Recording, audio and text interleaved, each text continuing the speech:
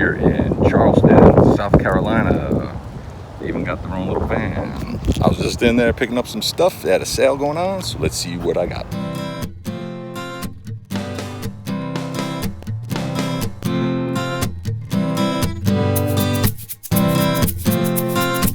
Greetings, everybody. How y'all doing? So we're here for another episode. I'm still down here in Charleston, South Carolina. Today we are talking about monster music and movies. When I first got down here, obviously I kind of checked the area to see what kind of record stores they might have and everything, and I came across Monster. And I feel like I've heard about them before. Maybe I saw a video somebody else did or something like that. But I remember, I could swear it seemed familiar that I'd heard of that shop before. And I've been there since I got here in April. I've been there maybe 4 or 5 times. It's an amazing store. It's really big, huge selection, lots of great stuff, new, used, everything like that. Prices are really good, staff's really cool. I can't say like enough good things about this shop. And the other thing that's great about this place is that every month these sales, I think it's the first Saturday every month, is 20% off all used and new vinyl, everything in the store. And then the second Sunday is 20% off all the new used CDs. So needless to say, those are the days that I primarily went over there for these sales and everything. But I just couldn't pass it up. I've been trying not to spend a ton of money while I've been down here, but they made it so difficult with having those sales every month and just being such an awesome shop. So needless to say, I'm gonna split this into 2 videos because I picked up so much stuff and I just didn't want these videos to be like, an hour long. So I split this into 2 covering different visits that I went there. So let's start off with part 1. Here we go. 2008, we have Fucked Up and the Chemistry of Common Life. Good band. I have a few records by them, a few CDs by them. Kind of hardcore punk. The singer got really kind of like that screaming kind of like voice. Usually I'm not crazy about that, but for some reason it works in this band. I just really like their stuff. Find a lot of it really catchy. Here's my receipt for the day for Monster. Like I said, I bought these all on the 20% off day. So, I bought a couple that were brand new, but most of them are in the like $3 range, more or less. This one in particular, I got in, they have right near the cash register, they have a $1.99 bin, and I found this in there, which was surprising. There was some cool stuff in that bin, $1.99, and I was surprised to see this one there. I'm supposed to go see them perform live, I think in Brooklyn. Originally the show was going to be in January, but they postponed it because of COVID. So I'm supposed to be, when I get home, I'm supposed to go see them live, which will be cool. I've never seen them live before. I imagine the show will be pretty nuts. Some of the tunes on here I like are the title track, Chemistry of Common Life, Royal Swan, Black Albino Bones, and Son the Father, which kicks things off. But yeah, really cool bands. Check them out if you like hardcore punk and you've never heard of them. Check these guys out. 2014, we have Nikki Lane and her album All or Nothing on New West Records. I had this on my list for a while.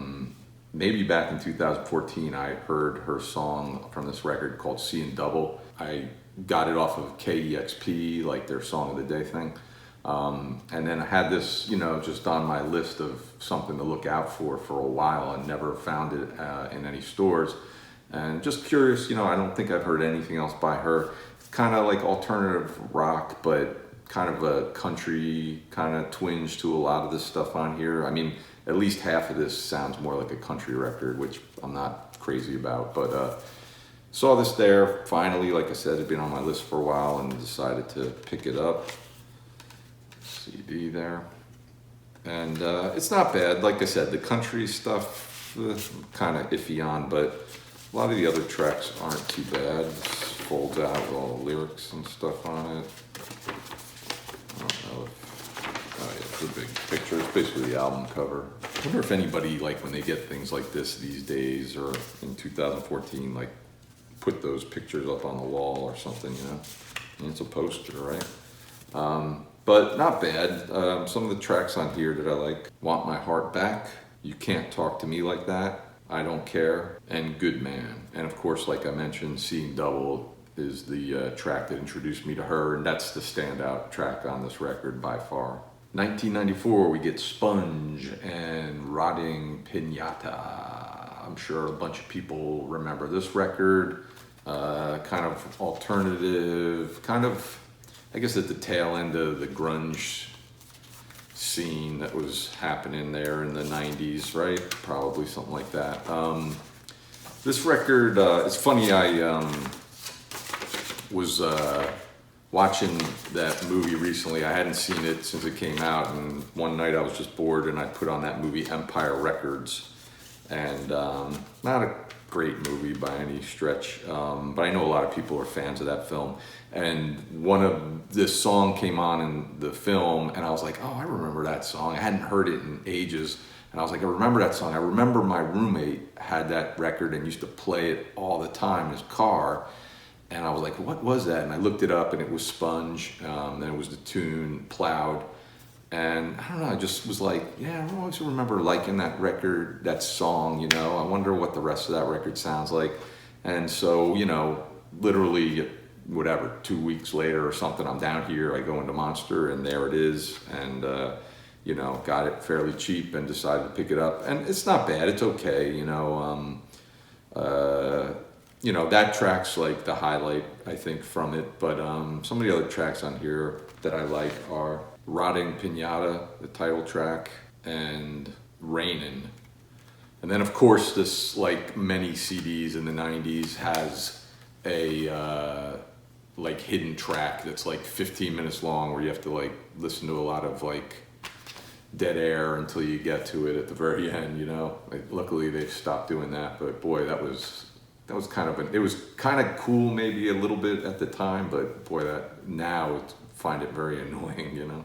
1979, we get Joe Jackson and his album I'm the Man.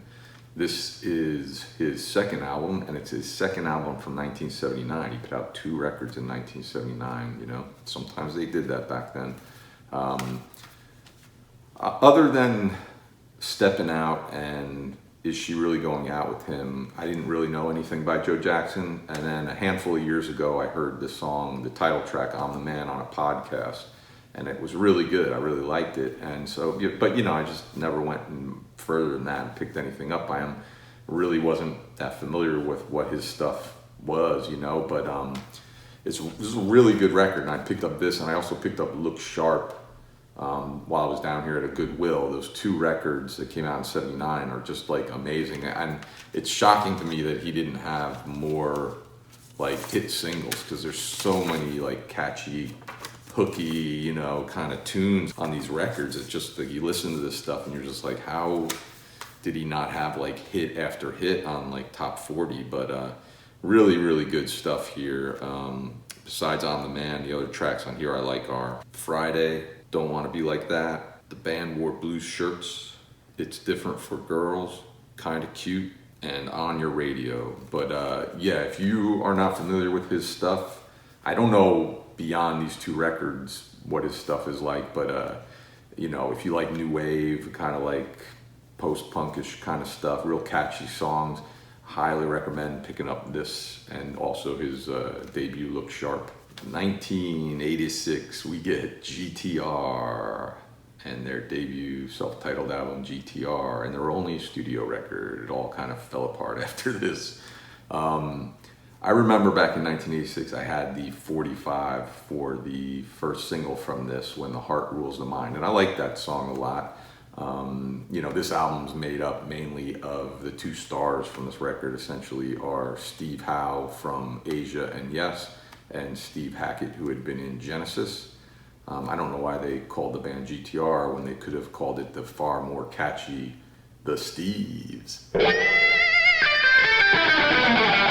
No, but anyways, Yeah, so I had that single and I liked it, but I didn't know anything else from this album, and I saw it there, and it just kind of was like, not really something I'd been looking for, but you know, it was so cheap. I don't know what I paid for it, maybe like $2 or something. I just was like, one of those kind of purchases where you're like, $2.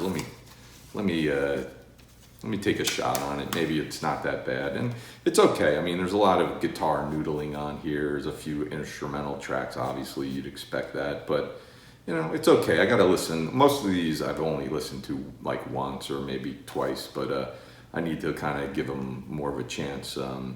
But really, the tracks on here that really stood out are the two singles, "When the Heart Rules the Mind," like I mentioned, and the second single was a song called "The Hunter." So, you know, before I really make the call on this record, I gotta kind of give it another chance, another listen, you know, before I really kind of decide. 2021, we get Deep Valley and their album Marriage. Had a few CDs by this band. Let me take it out of a little shrink wrap here. You see the little hype sticker there. California Rocks Duo's third album. So yeah, I guess I have their first two records, which I like, kind of punk kind of stuff, you know, and I like those. So this one I'd kind of been looking out for, and I saw it there. I bought this brand new, but you know, with the discount, it still wasn't too bad. And it's not bad, you know. It didn't really catch my ear like the previous two records did, but again, I need to listen to it a bit more. You got all the lyrics and stuff in here. I definitely need to give it a few more listens before I really kind of can make the call on this one again, like I mentioned before. But you know, if you like, you know, especially if you like female punk bands, it's definitely worth checking this band out. Some of the tracks on here that I liked: "Look Away," "Tsunami," and "Where Do We Go?" Three tunes that end the album. Those are the ones that stood out to me. But you know, like I said, you know, good band. 2021, we get Amo and the Snippers and their record "Comfort to Me." I guess this is their second record. I saw that they had their first record there as well, but you know, I'd heard about this band. They seem to be right now like the band a lot of people are talking about. They're kind of punk, high energy punk band from Melbourne, Australia. Great city if you ever get down there. I wasn't familiar with them. I just knew them, and it sounded like it might be something I liked. So they had the debut in this one, and I decided to grab this one. I bought it brand new, again, you know, at the discount. I got it fairly cheap. And they are really good. This record delivered for sure. I was really happy with it. Definitely thinking about picking up that first one, actually. Got all the lyrics in here. I know that they recently put out like a second version of this record. I don't know what they added. I guess they added some bonus tracks and stuff. CD. Nothing special on the CD. But really good band. I've seen some clips. Looks like their live shows are pretty amazing. Some of the tracks on here I like are "Don't Fence Me In," "Maggot," "No More Tears," "Security," "Freaks to the Front," and "Guided by Angels." So really good band. If you're not familiar with them, or if you've heard about them and you're kind of debating whether you should pick it up, I really recommend checking them out, because this, like I said, this record definitely panned out. Really happy with this one. 1980, we got some vinyl. So I went during the day they were having the vinyl sale, and picked up a couple things. Picked up this record by the Silencers called "Rock and Roll Enforcers" from 1980. I had no idea about this band, know nothing about them. It was in the punk section. It's kind of, you know, I read online, sort of like described it as like new wave, that kind of stuff. But wasn't familiar with this band at all, but it was like, after a 20% discount, I think this cost me like $2. So it was just a complete blind buy. Haven't listened to it yet. Don't know anything about it just yet. But, you know, $2, it just, I was like, you know what? I'm just going to take a chance on it. You know, how bad could it be? $2 if it stinks, whatever. But I think this band, it looked like maybe they put out 2 records and that was it. Kind of goofy cover looking, you know, like we're trying to look real tough, but you know, I have a feeling it's going to be good. It looks like they do a cover of the Peter Gunn theme. So at the very least, how bad could that be? But yeah, kind of curious to check this out and see what we think. If you know this band, if you're familiar with this record, by all means, please let me know down below in the comments. Any tracks that you really like.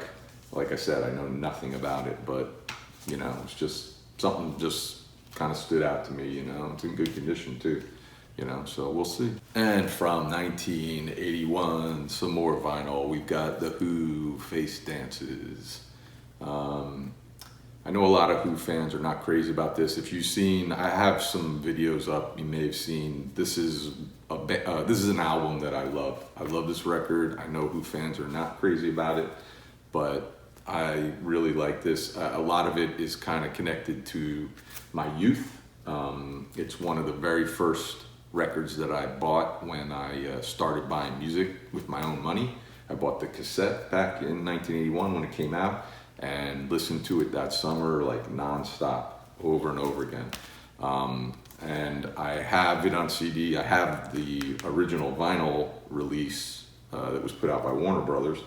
And then they released this last year on Record Store Day, the 40th anniversary. It's what, like half speed mastering at Abbey Road. It's got a second album with some live tracks on it, some additional bonus tracks. Like a couple of them I think are on the CD, but then a few of them aren't. Haven't even opened this yet. But I really was holding off on picking this up because I just kind of, even though I love this record and it's one of my favorites, I kind of just was like, I have it on CD, I have the vinyl already, a really good copy.